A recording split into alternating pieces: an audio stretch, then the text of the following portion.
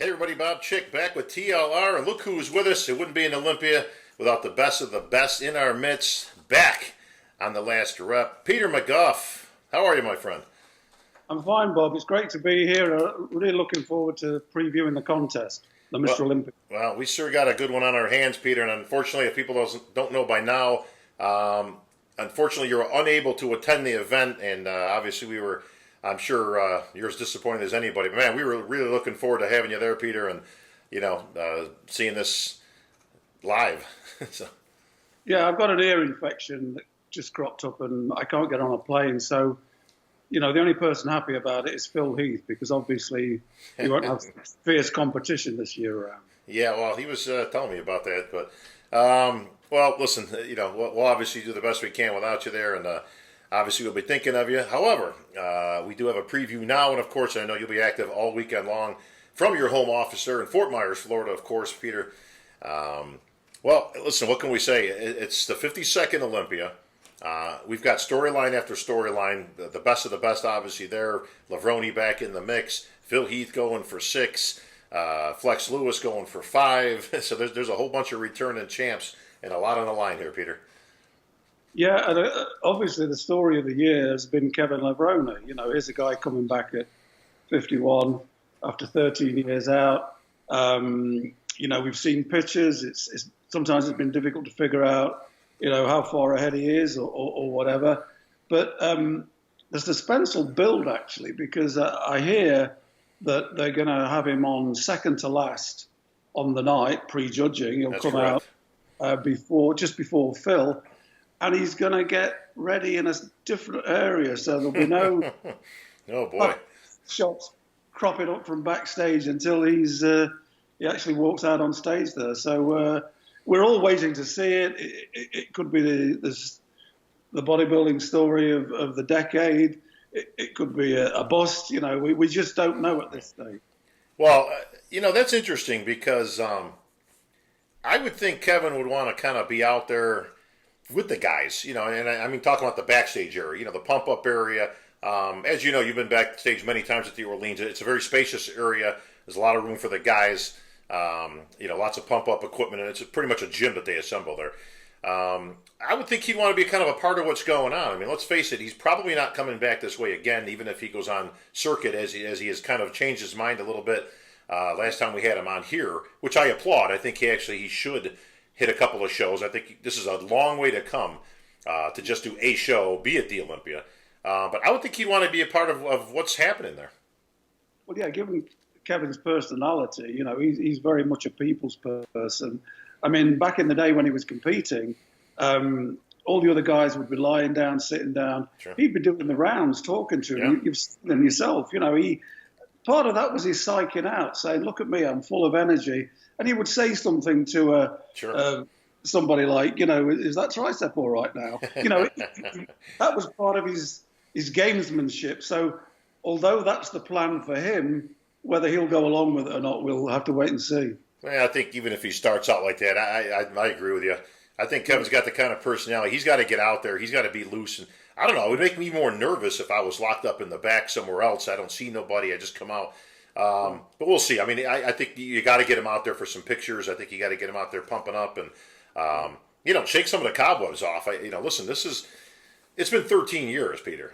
A lot has changed since last time Kevin Levrone was on stage. Clearly, the only person that was even remotely around back then was Dexter Jackson, who's still around. We'll get into him in a minute. So the Kevin Levrone story, like I say, it's a big old question mark out there as to what we're going to see.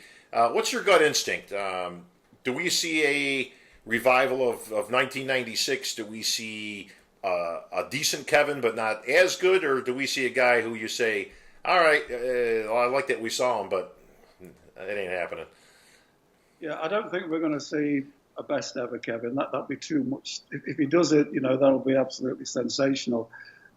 Personally, I mean, both of us have known Kevin over 20 years.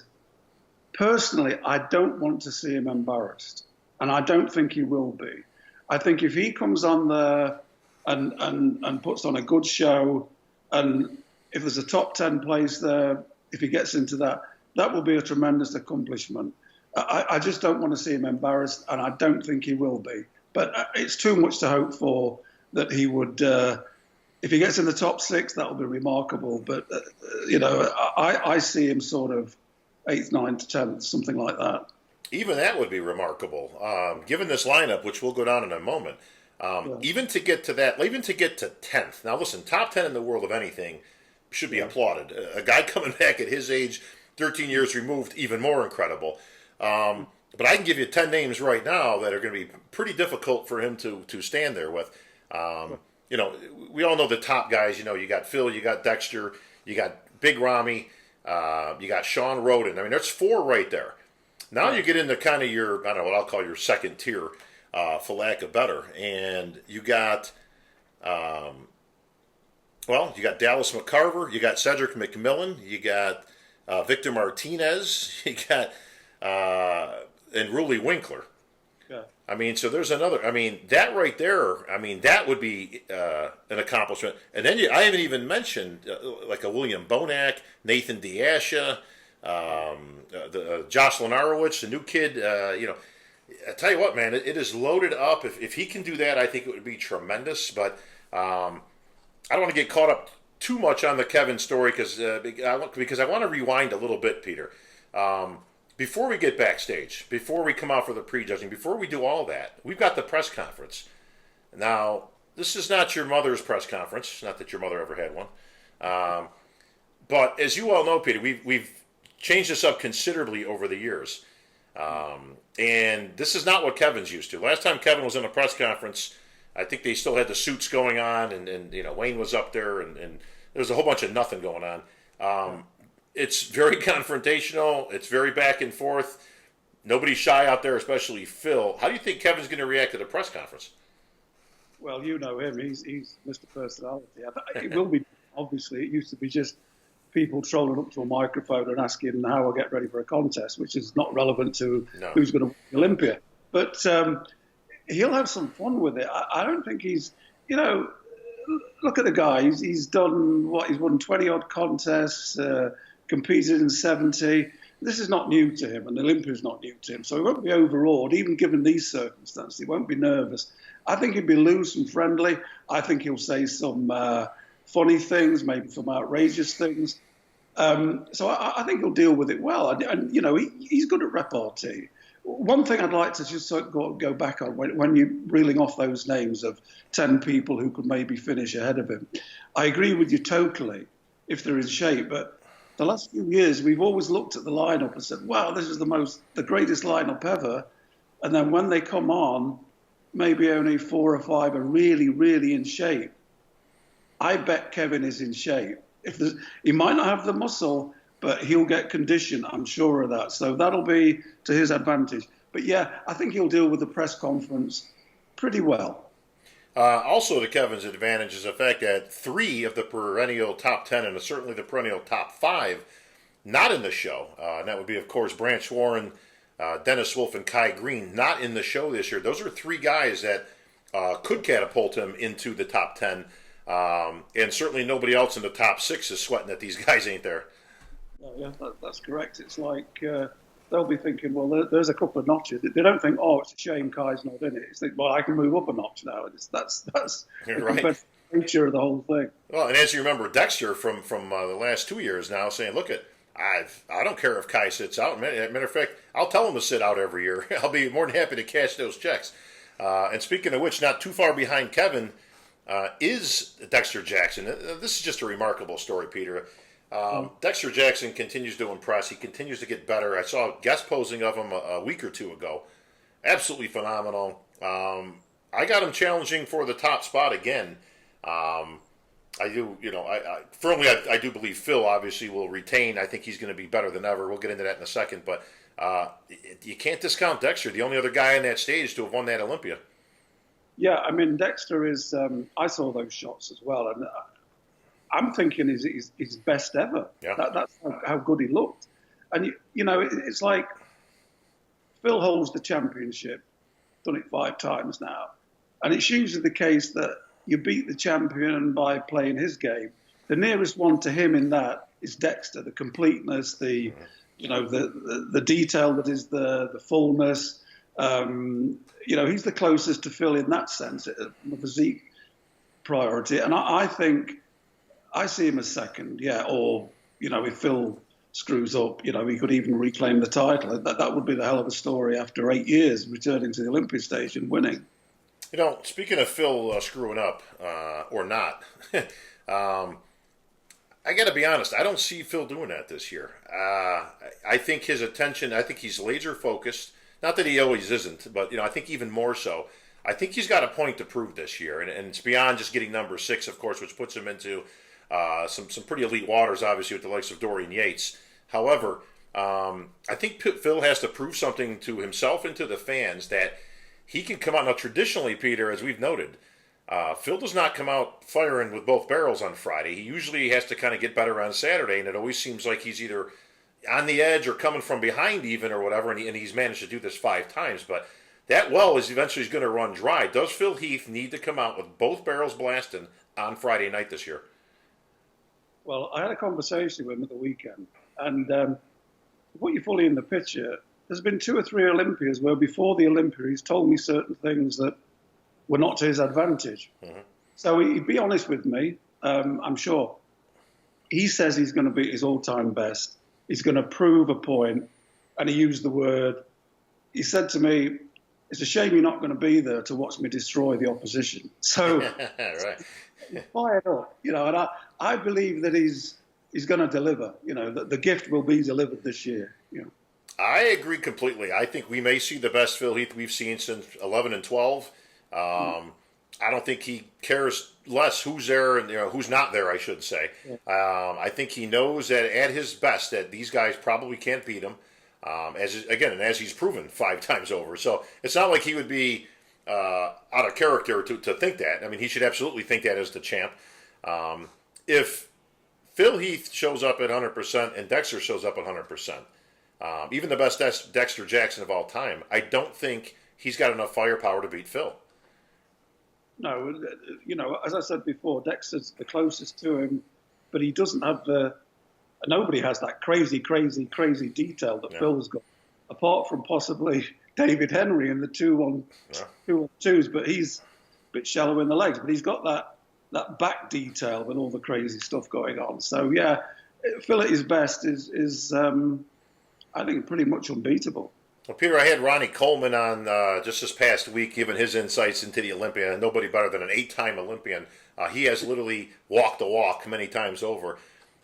He seems very impressed with Phil. I mean, he made it very clear that he almost laughs about it, that he thinks Phil is literally on a different level than these guys, and that people can't really appreciate that until you're there and up close and you see this guy. But he made no bones about it that Phil was his pick. Dexter is certainly a formidable opponent for Phil, but I think Phil would have to come off a little bit. But it brings me into Sean Roden, and I think the battle for second will be much closer than the battle for first. Has Sean Roden made the necessary gains or improvements to challenge Dexter for second place? Well, he's looked a lot bigger this year in the off-season and coming into the contest. His back looks bigger and thicker. But they're gains he's made this year.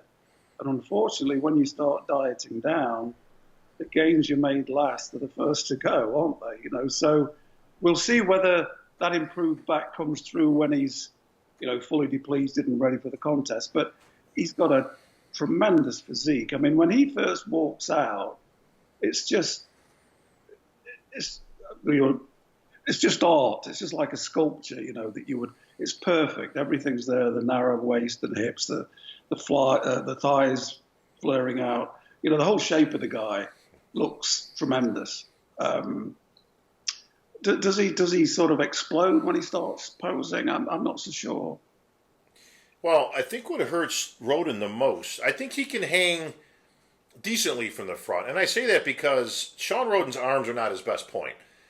Clearly, his legs are more developed than his upper body, in my opinion. He's done tremendous work to get that upper body to match a little bit better. But the problem is when you're standing next to Phil Heath, whose arms are his best body part, that's not going to help your cause. But where I think he honestly doesn't do himself any favors when he turns around. Phil is tremendous from the back. I mean, literally from head to toe. From the back, there ain't anything weak there. I don't. That's something I look at and I go, I don't think you can do much better than that for what Phil's got to work with. That's 100% from the calves right on up, up into the shoulders and the arms, and obviously Phil has improved his back tremendously from when he first turned pro, as we both know. So that's where I'm not so sure. He would have to improve dramatically at this point to get that upper body. But can you do that at Sean's age and with this many years in the gym? No, like I say, I mean, Dorian Yates once said to me, when a bodybuilder gets to be a pro, and he's been a pro for a couple of years, and he talks about a lagging body part, well, he's probably had 8 to 10 years to take care of that. Why would it suddenly sprout now? It's probably a genetic malfunction, that he hasn't got that body part. You talk about Phil. If we talk about Phil at his best, let's go back to 2011 when he walked out and just blew everybody away. When he hit that back double bicep shot, and you're absolutely right, everything is there, calves, hams, dare I say it, glutes, lower back, whole lot. That, I would argue, we've never seen a better back double bicep pose than what Phil showed us that night. So that's the mountain you've got to climb when you go against Phil from the rear. And that's pretty good endorsement because obviously Dorian Yates, who I know you're very fond of, from the back redefined the sport as we know it. And Ronnie Coleman, his successor, also obviously, again, the old Olympias are one from the back. We all of a sudden started to hear that moniker. Clearly, if that notion is true, then Phil Heath has a distinct advantage there. But he's certainly in that grouping of two other guys to me who just dominate from the back. But, we've singled out 3 guys pretty much with those 3, Phil, Sean, and Dexter, as obviously being your top 3. Now is where we get into muddied waters, Peter. 4, 5, 6, 7, and 8. I mean, this is all over the place. Like I say, without Wolf there, okay, he's gone. Branch, gone. Kai, not in the show. It's wide open. Now, you got Big Rami. He's big, but are we finally going to see the emergence of what Rami has to offer? Has he streamlined the legs a little bit? Has he gotten a little bit deeper cuts? Has he gotten the muscle maturity, Peter, to move up those ranks? He did beat Sean Roden and Wolf in Prague last year. Yeah, that's right. I mean, he did improve last year, I feel. But remember, this is his 4th Olympia. And from when he made his debut in 2013 at New York Pro, we've been waiting. Yeah, if he gets in shape, if he can, carve this detail, if he can do this, if he can do that. It's a bit like Groundhog Day. Yeah, right. And we're not really... I mean, I wish he would. I mean, to see Rami in true contest shape and make all the right improvements, that would be the 7th, 8th wonder of the world, as it were. But I'm not sure that he's had... maybe the first year too much was expected, but, maybe by last year he'd been around for a couple of years, 2.5 years.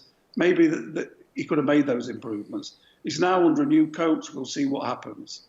Hypothetically, and these are always fun to do, but if Rami nails it, and I mean dead on, like he is just diced up, where does that put him in there? He's certainly not going to be prettier than Phil or Dexter in any way, shape, or form. But that's a pretty impressive physique at God knows how much he's weighing in these days, 280-something pounds in contest shape at the Olympia. If Rami nailed it dead nuts on, where does that put him? If he made all the improvements that we've been waiting for and saying he should do, and streamlines his physique and gets that condition, to be honest, I mean, we're in fantasy land, of course. Yeah, of course. But that Rami could possibly win the whole thing. And I certainly think he could be 2nd or 3rd at least. I mean, he's much bigger than Phil anyway, but he's so much bigger than Dexter that if he does get it together, I think he would maybe pick Dexter purely on size, just standing next to him. Well, this is where it gets interesting. Obviously, we're going to have to wait and see. We're all hoping that Rami brings his best, and he's made those improvements because he's a tremendous talent. And you're right, he's bigger than anybody on the stage. So a guy that big to have a small waist and bring that conditioning in would be a sight to behold. We haven't even mentioned the name yet of Cedric McMillan. And Peter, you and I have been doing this for years, with pre-contest and analysis and all that. Does Cedric match in this lineup? Is he going to be the odd man out with a phenomenal physique, but he just seems to be different than the other guys? I think that can help him tremendously, or maybe hurt him. Yeah, I mean, again with Cedric, we say, well, if he was sharper, but he was sharper in one contest last year, but he seemed to lose a bit of his size and presence, so Sure. that's a danger for him. I mean, he's obviously got that tremendous shape and flow to his physique. I get a feeling with Cedric that he just grows the way he wants to go. He knows people say get ripped, get ripped, get ripped. I don't think he's prepared to do that because that's not his idea of a physique. It's not like, I just get the feeling it's a personal thing. Most bodybuilders, if we said to them, look, the winning combination now is to have one calf 4 inches bigger than the other. Right. One calf 4 inches because they want to win. Cedric's a little bit different. He's a very intelligent guy. He's a funny guy. And I think he's sort of satisfied with his place almost in the bodybuilding world, or with the way he looks. He doesn't want to compromise anything. So I don't expect this to be a big breakthrough for Cedric. Hope to hell I'm wrong, but I don't see it. I think he'll get in there, but he's never been in this high level of competition before. He did one previous Olympia, but last year he didn't even get there. When you reel those names off, Right. it's a hell of a lineup to try and get ahead of. That's right. For those who don't remember, Cedric did qualify and was at the Olympia last year, but didn't make it onto the stage due to whatever he had going on at the time. He fell ill or wasn't up to par. So we're certainly hoping he actually gets on that stage this year and does his best. I agree with you, Peter. He's a difficult one to assess. He's taller than the other guys. He doesn't have Wolf standing next to him, who was comparable in size with height.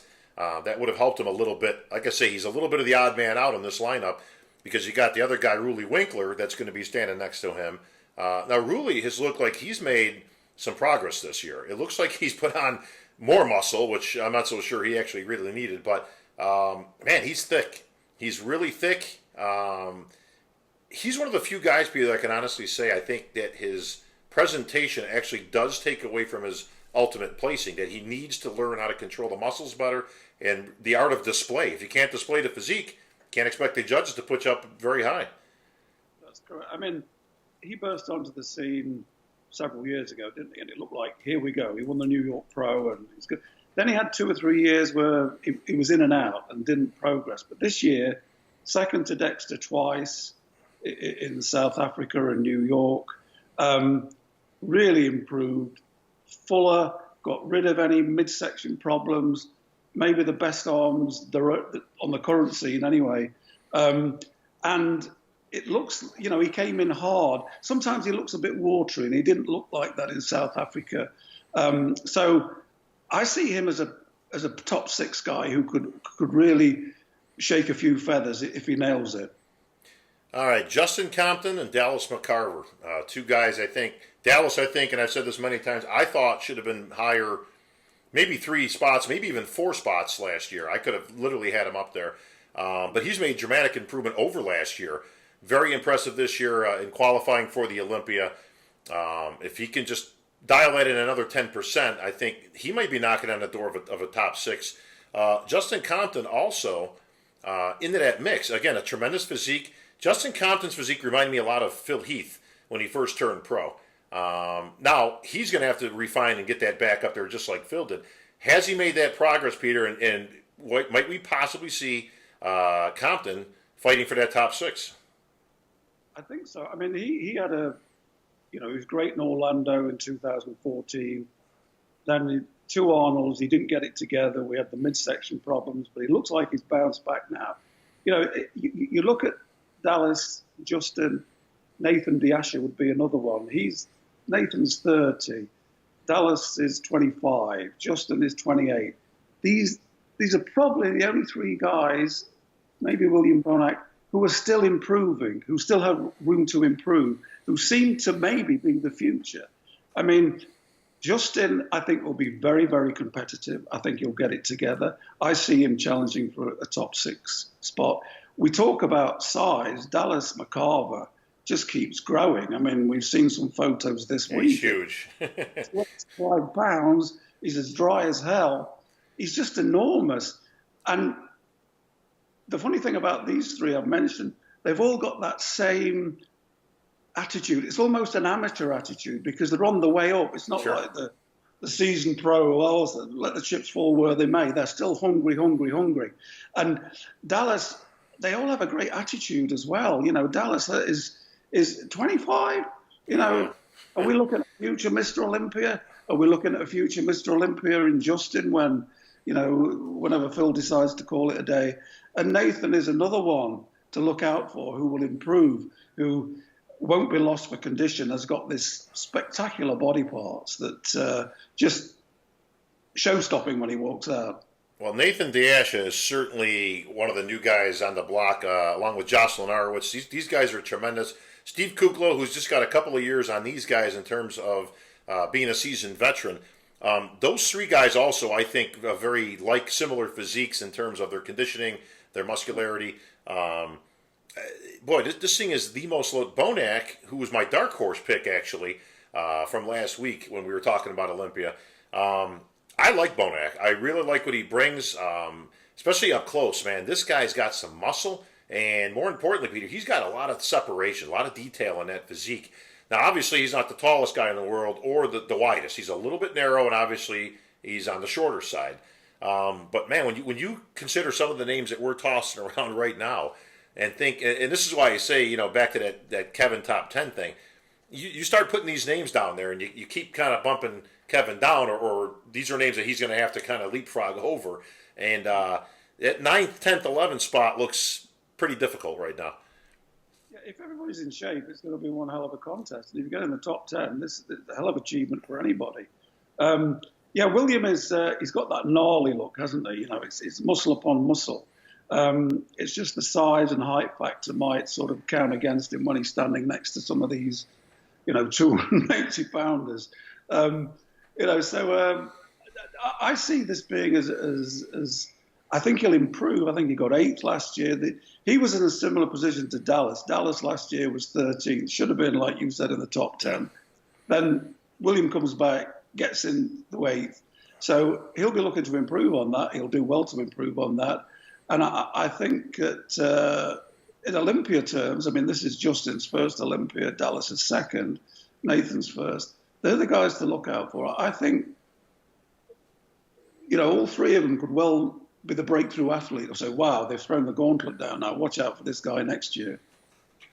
Absolutely, Peter. I mean, like I say, this, you know, there's other names in here, obviously, from Ben Pekulski to Max Charles. Is Akeem Williams in the show? I did see he qualified. He's on the list. Max isn't doing it. Max Charles decided to sit it out, have a longer off season in preparation for next year. Yeah. You know, Akeem, size-wise, muscularity-wise, can hang with literally anybody from Phil Heath into that, you know, projected top 5 or 6. Clearly, conditioning has been his Achilles heel. He looks like he's gotten better with that, but he's got a very young-looking physique in terms of muscle maturity, and again, when we talk about that, we're talking about separation of muscle groups, that type of thing. That becomes very evident at this Olympia level. But to me, Peter, right off the bat, this looks like the most competitive lineup that we've seen. We haven't even mentioned Victor Martinez yet. Now, Victor, the consummate veteran of this group, looked very good this year. It looked like he made, you know, some improvement of getting back to where he used to be. But has that ship sailed for Victor at this point? Well, you know, we've seen him sort of not get back to his best 2007 the last few years. The same last year at the Olympia. But then this year, as you say, he seemed to, you know, be a lot better than he's been for a few years, especially in the thighs. He seemed to get some thigh size back. But I still think it's you know, it's a hell of a lineup if everybody's on for him to sort of, you know, dominate in the way he did do it. I think top 6, to be honest, is beyond him. I'd love to see him do it. You know, probably there isn't a nicer guy in bodybuilding than Victor. You always want him to do well, but it's a big task for him. So let's say he won't make the top 6. Let's tell him that, and that's all the motivation he needs. Well, Peter, you've seen many Olympias, obviously, and I got to say, I think this is one of the most competitive. In terms of depth, how far back do you have to go to get a lineup this deep at the Olympia? Well, I think you have to go back to the late 90s, probably well before that. The Dorian lineups, Yeah. Kevin Flex Wheeler, Sean Ray. That's what I'm thinking. Yeah. Chris Columbia, Porter Cottrell, Charlie Claremont. Yeah. Where are we now? 8th, 9th? I can't remember. But that those lineups were stacked. Yeah, so that it's comparable to that, I think. Yeah, That's exactly what I was thinking, and I was just kind of looking at some lineups earlier, kind of flipping back, and it's certainly not in the later 2000s here. It's been a 4 or 5 man show for the most part. Then it's dropped off pretty significantly, and I don't say that as any detriment to the Olympians that are placing obviously out. It's still the greatest bodybuilding show on earth, and the athletes aren't responsible for who else shows up. But yeah, just in terms of pure depth, I don't remember a lineup where we're talking about guys in potentially 9th, 10th, 11th, and 12th. I mean, conceivably, the 12th place guy in this show is a tremendous talent. I mean, listen, we usually got a big drop off after top 6. Yeah. And even then, sometimes the last couple of years, I mean, after the top 3 or 4, it's started to drop a little bit off. There's guys in the middle of this pack that are going to be great athletes, great bodybuilding. But I think, is this a resurgence of bodybuilding? People have been clamoring for the last few years. We need a return. We need back to the kind of the old school and all that kind of stuff. You and I hear a lot of the negative stuff that's out there, but I mean, who out of this lineup are people looking at that they're saying to themselves, like, that they don't like these physiques? I mean, I see some tremendous physiques in there, all the way down to 10th. Yeah, I mean, the guys, most of them are pretty complete, and if they're in shape, it'll be very competitive. But I think you got to look at this. Most of them got there by winning a show, which I think is always a good thing. We used to have the top 3 getting through, and maybe that diluted the lineup some way, because these guys have, for the most part, won a show this year. And I think that helps the competition. And also this blend of the youngsters coming through. We had I don't know this for sure, but, well, I do know this for sure. 2011, 2012, we had nobody in the lineup under 30. No. It just didn't happen. Guys aren't turning pro till the 30, but now we've got some young blood in there. And even somebody like Sean Roden, although he's 40, he's not battle worn. He had like 7, 8 years away from bodybuilding completely and came back. So he's not like, we can't even talk about Dexter and say, he's an anomaly. Yeah. He's been doing it 20 odd years and looks as fresh as a daisy. But a lot of guys, when they've been doing it some time, the attrition starts to kick in. All right. Well, let's get to some before we move on with the 212, which I think is not too shy of being as exciting as the Open Olympia. These guys have really made their mark.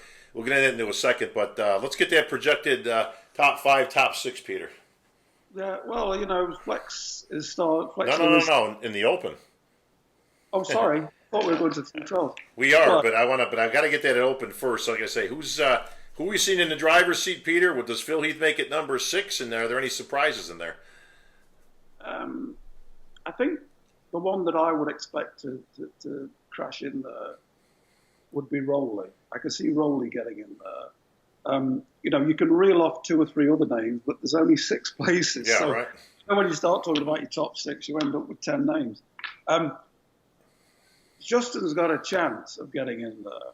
I think he'll finish ahead of Dallas at this stage, but I think there'll be, battle royals between those two in the next 2 or 3 years, because Dallas ain't finished yet, and Justin isn't in terms of development. So you're asking me in the top 5. Phil Heath, Dexter, Sean, Rami, Rowley or Justin. Have I missed anybody major? No, you got it. The problem is, like I say, you can come up with another four names that you could potentially put in there, and that's how deep it is, as we've talked about. That's about what I got. We're almost identical on our picks. The only ones I think you can flip flop. I would not be surprised if Big Ramy makes a statement this year. Again, he did finish ahead of Rodin in the Czech Republic. I saw a different Ramy out there. I saw a guy who was confident. I saw a guy who was much better with his posing and his display of his physique. If he's not too big, and I hate to even use that word, but again, he can, conceivably, he could drop 15 pounds, Peter, and still be the biggest guy on the stage, which kind of tells you how big this guy really is. But that's not going to help him at the Olympia level, standing next in between Phil Heath and Sean Roden and Dexter Jackson. Sure. Yeah, I mean, that's the thing. We say shave some weight off and the detail will come through, but we're not really sure whether he's got those refinements are there yet. I mean, he's only been training about 5-6 years. Yeah. And maybe it's not there. Look at Matt Mendenhall, fantastic physique, but had that thick skin that would never allow anything deep separation to come through, or feathered separation certainly wasn't there. That may be the case with Big Ramy again. I hope I'm really wrong. I'd love to see this guy unleash the best physique he possibly can. That would be phenomenal. Well, we may see that unleashed in just a few days now, Peter, but equally as exciting, the 212 has really come into its own, especially over the last couple of years. And, as big as the Phil Heath going for 6 is, you've got Flex Lewis right behind him going for 5. He's one back, and he don't seem to be slowing down at all. There was some speculation a year or so ago that he may jump into the Open and forgo that title, which, again, I was very adamant that would have been a huge mistake, I think, on Flex's part. Not because I don't think he could do well in that lineup, but if you're the best in the world at what you're doing and you're that far ahead of the pack, I mean, I say you just continue to be the best in the world and suck it up, make that weight. But, man, I'm looking down this list, Peter, and you got Samuel Haddad, Alex Cambronero, one of the better new guys, Guy Cisternino, one of the perennial top guys, Eduardo Correa from Brazil, David Henry, still in the mix, and like I say, still one of the best backs in the world. Jose Raymond, Ronnie Rockel, who actually qualified for both this year. He qualified for the 212 and the Open. Very wise decision, I think, electing to go into the 212. He would have got swallowed up into that Open lineup. Hidetaka Yamagishi, of course. Hidetaka, always a threat at that level, and certainly one of the best posers in the business, Peter. We've talked about that many times. And then you still got, Kim Jong-ho from Korea, Dobromir Daliv from Bulgaria. I mean, the giant killer Sean Clarita continues to impress despite not being one of the bigger guys. But, man, what a phenomenal physique. And then you got a couple of new guys like Ahmad Ashkanani and stuff who really made an impact this year. So what do you do with this one? Yeah, again, one of the names Charles Dixon last year, I think tank. He should have been a lot higher. There's the tank in there, Yeah, these guys, I've got reservations about the Open in condition, but these 212 guys always get conditioned, don't they? Right away. It's a lesson to the other class. Flex Lewis, there was a time 2 years ago where there was this, should he move up? Because he was a bit frustrated because he felt he maxed out at 212 and he wanted to be the best bodybuilder he could be, and he felt that meant coming in at 220 or something. But he's come to terms with that. I mean, he's married. He's got a lovely daughter. He's got that gym out there. He's running a show in Memphis. He's got a partnership. He's in a really settled place in life, and he's no different from the 20-year-old junior that nobody knew. Sure. 10 or 11 years ago. He's still got that same temperament. Very confident in what he's doing. I went to his wedding. And also at the wedding was Guy Cisternino and Jose Raymond. I don't think Dexter would be going to any Phil Heath weddings or that. But these guys bond. They hang out. And Jose might not thank me for saying this, but he told me. He said, "I love Flex." He said, "I would love to be the 212 champ, but I wouldn't like to beat Flex. I just feel." Right. That would be a mortal sin. That shows the camaraderie which we used to use years ago between these two 12 guys. They are, they're very entertaining. I think they should be paid more money. I don't know whether the prize money is going to be 400 grand for the winner of the Open, like it was suddenly jumped up last year. Right. That to me does nothing for selling tickets or fan appeal. But if some of that could have been used among the two 12 guys, I think everybody would agree that they deserve a bigger payday than they get. And I think Flex Lewis is very confident in his place in life and his place on the Olympia stage. He will be in condition, and I think he's going to take the fifth. Yeah, I didn't mean to put him there. Sometimes they themselves, I was going to say, let's hope he doesn't take the fifth, Peter. We need him talking for interviews and especially for the seminar on Sunday. These guys are a very tight knit group. We've talked about this in the past, but right off the bat, they were, because we gave them a platform. We tried this new thing called the 210 at the time is what the weight restriction was, and that moved around a couple of times before it settled in at 212.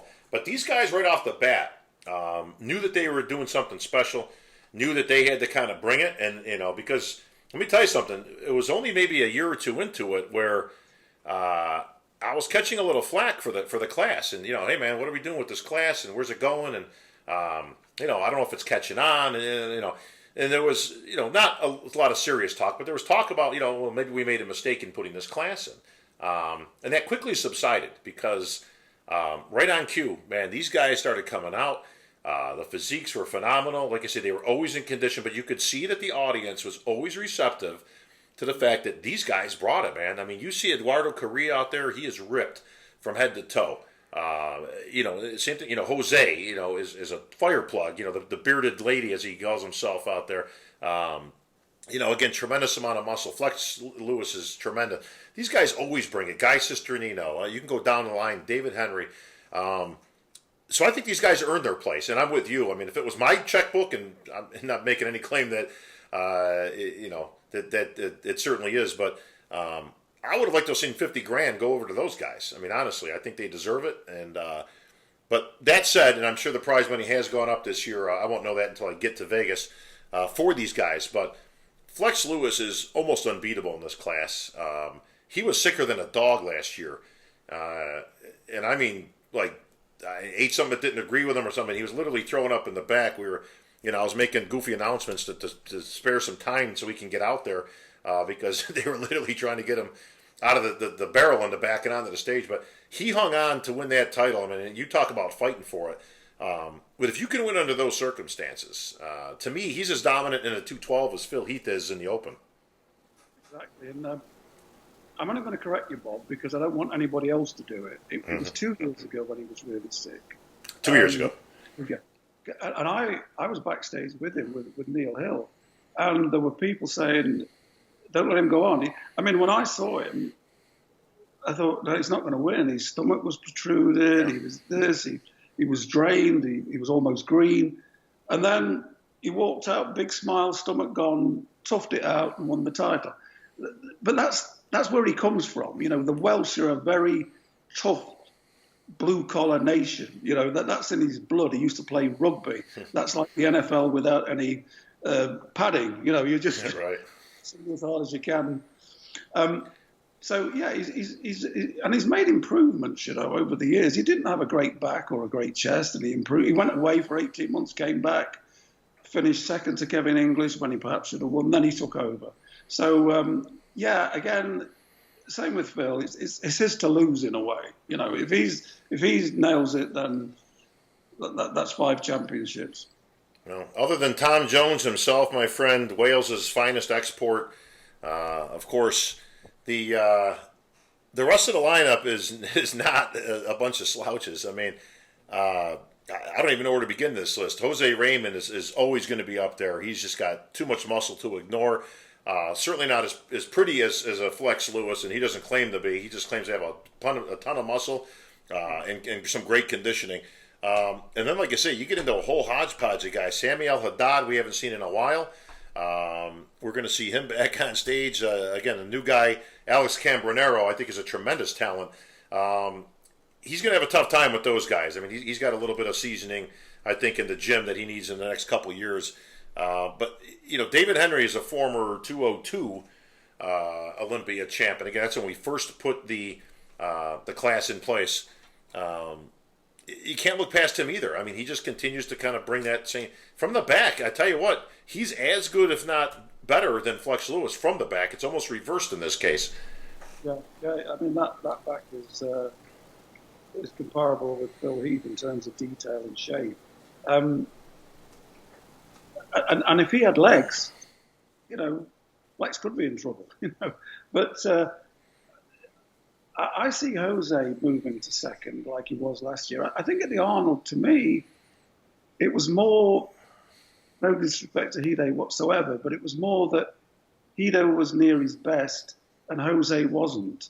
He wasn't as good as the Olympia. He wasn't as full. He wasn't as splitting. And given his structure, he's got to be full and vascular and dry as hell. And if he comes in like that, I think, his muscle will just take him to that runner-up spot. You mentioned Alex Cambronero. I see him and Dobry Delev from area as two guys that probably won't do as well as they should. I think that sure. They both look phenomenal, but there's a little bit of, let's see them a couple of times before we start moving them around or whatever. So I look out for them. I mean, Alex has got a tremendous shape. I mean, it's, dare we say it, a classic physique. Yeah, we could say that. Gaetano Cisternino, Guy has made improvements steadily. Year after year after year, we've seen him improve and improve and improve. He certainly merits consideration in this group. And all these guys have kind of beaten each other, with the exception of Flex, obviously, who doesn't go out on the circuit, nor should he. The rest of these guys are wide open. I mean, they kind of beat each other at a lot of these shows. Mark Dugdale also in the mix. Again, we talk about that classic physique. Mark's always bringing a great package. And I think one of the best physiques I've seen from Mark was just this year. I can't remember what the show. It might have been Toronto or the week after. I think he put it all together in Vancouver, if I'm not mistaken. Again, Eduardo Correa, another perennial top 5 guy with that trademark conditioning. Now, I believe Correa has a new coach this year. I don't think he is with Chris Aceto anymore. I don't know, Bob. Do you know who the new coach is? I saw it the other day, and I drawn a blank on it. But that'll be interesting to see what kind of a package he brings. As they've been working together for some years now. Maybe he just thought it was time for a change or whatnot. But that's a tremendous physique as well. I mean, that conditioning you can't turn your head at. I mean, Eduardo will always get rewarded for that, as he should. And then you got Sean Clarita, one of the new giant killer. All due respect to Danny Padilla, of course. And again, at $170 something or whatever, he's certainly one of the lighter guys in the class. But he's made great improvement. The new guy, I tell you what I was impressed with, was Ahmad Ashkenani from Kuwait. That's not a name a lot of people are going to know going into the Olympia. But I tell you what, you may know his name after the 212 Olympia, because this guy's got a lot of muscle.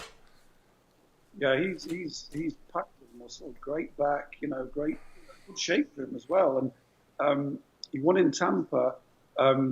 We were saying at the time, a bit more detail, and he'll be very, very competitive in this lineup. And sort of going back to Eduardo Correa, if somebody's ripped, somebody's more ripped, you say, the shredded, he's in a world of his own. You just have to stay career conditioned. It's beyond shredded. So if it came down to condition only, I mean, he'd be walking home. Who else did you mention? Yeah, Ahmad. We've mentioned him. You got the tank, Charles Dixon, who you mentioned earlier. Again, one of the thickest guys out there. Conditioning is always his battle, and in this group, like I say, when you got an Eduardo, I mean, just listen. Being in great condition is one thing. Like I say, when you're standing next to Eduardo Correa and David Henry and Flex Lewis. These guys are just another level, but that's, again, the best of the best. That's why we do this at the Olympia. Again, you're going to take a guy in this class, much like the Open this year, and the guy in 8th or 9th is going to be a tremendous, fantastic bodybuilder. exactly. And you mentioned Sean Clarida. I'll be interested to see what happens to him. I think he should have been higher last year, even given his lack of inches and poundage. I mean, I don't think he'll mind me saying it. If he was 4 inches taller and 20 pounds heavier and had the same shape and development, he'd be up there. Yeah, sure. As you say, he's worked at it. You've seen the progress the last 6-7 years. It's been phenomenal. He's a real poster guy for the little guy, Well, Peter, this Olympia is certainly shaping up to be one of probably the most competitive, and again, in probably 20 years, if not more. So I'm really looking forward to this. I did talk to Robin Chang the other day. Ticket sales are through the roof. They have absolutely obliterated anything we did last year. So I'm very happy to hear that. They're actually going to open up some of the obstructed seat views and stuff like that. They don't even generally sell at these events because you actually have to put a disclaimer because you can't see. You're either on the side or there's a pole in front, whatever. But I guess they're going to open these up because, man, we are going to be sold out. Press conference is going to be off the hook. I can't wait to get Kevin seated up there and kind of see what he brings to the table. It's always a fun time to open that weekend with the press conference. So it's going to be a good one, my friend. I'm like I said, I'm bummed out that you're not going to be there. I always look forward to seeing you down in that front row with that press conference, kind of doing what we do. And I have learned from the master, my friend. My hat's to you, of course. Well, look, I mean, I'll be still popping online, doing play-by-play based on the webcast. Other things, I'll be involved. Definitely, I'll be involved. But most of the team MD gets there tomorrow. There'll be interviews done tomorrow night. So things will start going up on Thursday. The press conference is 12 noon on Thursday. Yeah. We'll be reporting from that and have footage of that and all the play-by-plays, the wrap-ups, the interviews. MD is going to give the best coverage of anybody on the planet in terms of taking what the fans want to know and giving them what they want to know. Well, for those who certainly look at, yeah, definitely. I will definitely, do what I can. Me and DJ, of course, back in position at the press conference. For those who can't attend, there is a webcast on Amazon. If you've got Amazon Prime, I guess it's free. If not, I think there's a small charge too. But just get yourself some Amazon Prime. It's a great service. We use it all the time. But so the webcasting will be out there for those to watch around the world, of course. But Peter, appreciate you taking some time here, talking Olympia talk as always. And we'll catch up with you over the weekend. And that's going to do it for another edition of The Last Rep. For Peter McGuff, I'm Bob Chick. We're out.